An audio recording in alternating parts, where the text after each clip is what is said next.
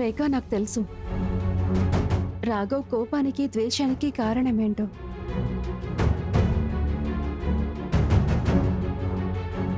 ఏంటి? అయితే నాకు చెప్పండి ఆంటీ, నేనేమైనా చేశానా? ప్లీజ్ నాకు చెప్పండి, నేను జీవితాంతం మీ ఉపకారం మర్చిపోను, ప్లీజ్. దీనికి కారణమా ఆ కాగితాలు? ఏ కాగితాలు నర్మదా ఆంటీ? ప్లీజ్ నాకు చెప్పండి. నా మీదొట్టమ్మా, నువ్వు రేఖతో దీని గురించి ఏమీ మాట్లాడడానికి వీల్లేదు. కాగితాలు? నా ఉద్దేశం ఆ కార్డ్ నువ్వు రాఘవ్ కోసం చేసావు కదా, అందులో నువ్వు రాఘవ్ కోసం నీ మనసు విప్పి అంతా చెప్పావు కదా, ఆ కార్డ్ నువ్వు రాఘవ్కి ఇచ్చావా? లేదు. అంతే, ఇదే అన్ని సమస్యలకి కారణం. నువ్వు తన గురించి ఎలా ఫీల్ అవుతున్నావో రాఘవ్కి అస్సలు తెలీదు. రేఖ, కొన్ని ఫీలింగ్స్కి మాటల అవసరం ఉంటుంది. ప్రేమ కూడా వాటిలో ఒక ఫీలింగే. ప్రేమ చూపించాల్సి ఉంటుంది, ప్రేమని తెలియజేయాల్సి ఉంటుంది. కానీ ఆయనకి నా కళ్ళల్లో ఆయన మీదున్న ప్రేమ కనిపించటం లేదా? రేఖ, ఈ మగవాళ్ళు కొంచెం మందబుద్ధులే. వీళ్ళకి అన్నీ చాలా స్పష్టంగా చెప్పాల్సి ఉంటుంది. నువ్వు రాఘవ్కి నీ మనసులో మాట చెప్పేస్తావు కదా, అప్పుడు తను నిన్ను ఎప్పటికీ తప్పుగా అనుకోడు. తనకి కేవలం గట్టి నమ్మకం కలగాలి, నీకు తనే అందరికంటే చాలా ఇంపార్టెంట్ అని. ఇంకా నువ్వు తనని ఎప్పటికీ వదిలి వెళ్ళవని. తనకి గనుక ఈ నమ్మకం కలిగిందనుకో, అప్పుడు మీ ఇద్దరి మధ్య ఉన్న సమస్యలన్నీ తీరిపోతాయి. ఇదంతా నేను ఆలోచించలేదంటే, దీనివల్ల అంత సాల్వ్ అవుతుందని మీకు అనిపిస్తున్నట్టయితే నేను రాఘవ్కి నా మనసులో మాట ఖచ్చితంగా చెప్తాను.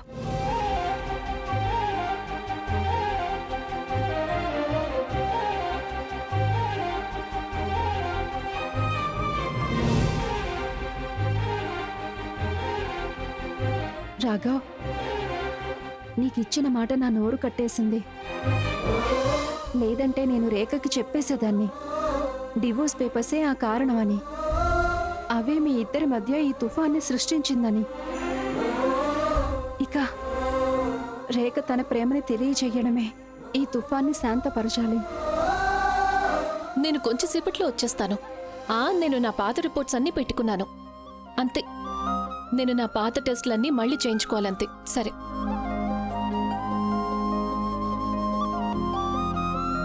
ఎక్కడికి వెళ్తున్నావు నువ్వు?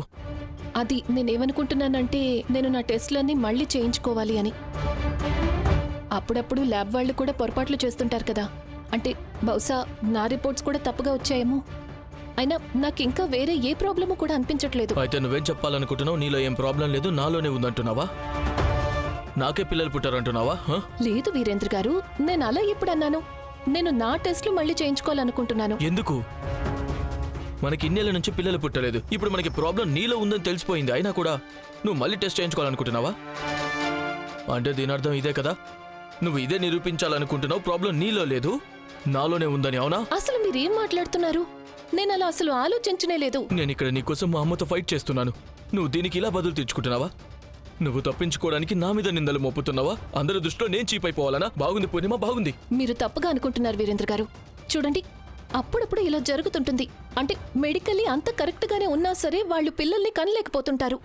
నేను కూడా ఆ విధంగానే ఆలోచించాను. ఒకవేళ మళ్ళీ రిపోర్ట్లో అలానే వచ్చిందనుకోండి, అప్పుడు మళ్ళీ వేరే ఏదైనా దారి వెతుక్కుందామని.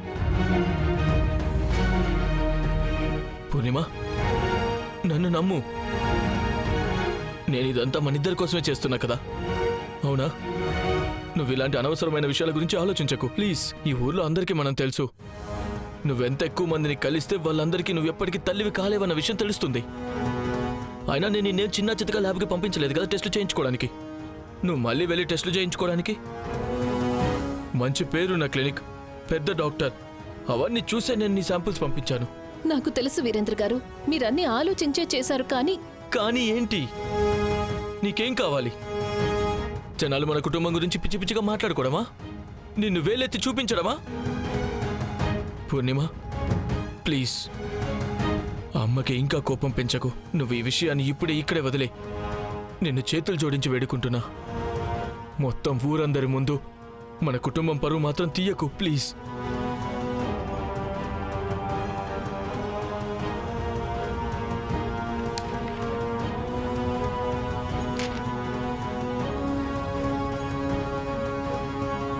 కానీ నేను కేవలం తల్లవ్వాలనుకుంటున్నాను వీరేంద్ర గారు. రేఖ తొందరగా చెప్పు, మనం ఏం డేటా యూజ్ చేస్తున్నాం మన స్టోరీ కోసం?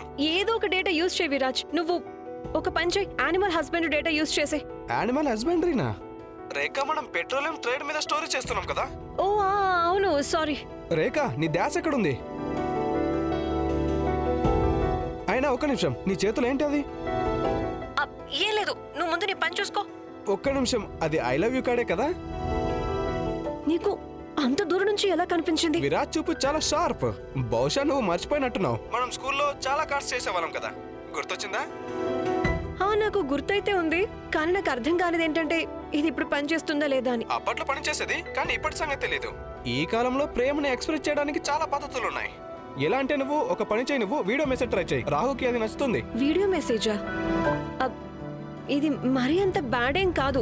రేఖ, రాఘవ్ ఒక కూల్ డ్యూడ్, నువ్వే అర్థం చేసుకో. కొంచెం స్టాండర్డ్స్ పెంచు నీ ప్రేమని ఎక్స్ప్రెస్ చేయడం కోసం.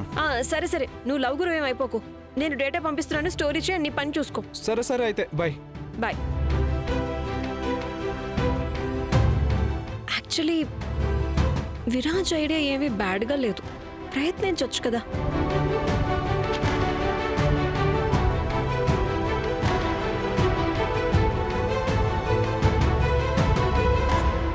రాఘవ్ చెప్పారు కదా ఐఎమ్ బ్యూటిఫుల్ అని, నేనున్నాను కూడా.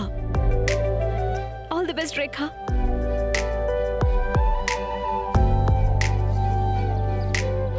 రండి, అన్ని చోట్ల బాగా వెతకండి, ఎక్కడ ఏది వదలకుండా చూడండి. డోంట్ వరీ ఆంటీ గారు, మీ హారాన్ని ఎట్టి పరిస్థితుల్లోనూ నేను వెతికి పట్టుకుంటాను.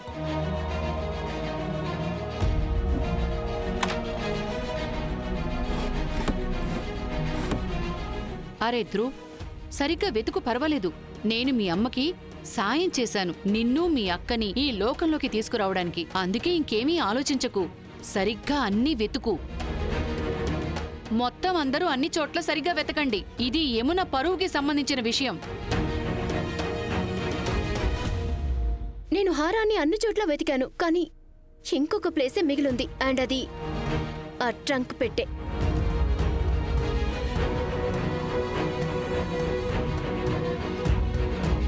ఇలా చూడమ్మా ఉన్నతి, ఈ పెట్టే యమున పిన్నిది. ఇందులో ఆవిడ బట్టలు మాత్రమే ఉంటాయి, ఇంకేం ఉండవమ్మా. దేవిక, తన మనసుకి తృప్తి కలిగేదాకా వెతకనివ్వు, లేదంటే ఏమంటుంది, హారం ఇక్కడే ఉందంటుంది. కానీ యమున పిన్ని, ధ్రువ్, ఆవిడే పర్మిషన్ ఇచ్చారు కాబట్టి నేను ఇదంతా చేస్తున్నాను. వెళ్ళు వెళ్ళు.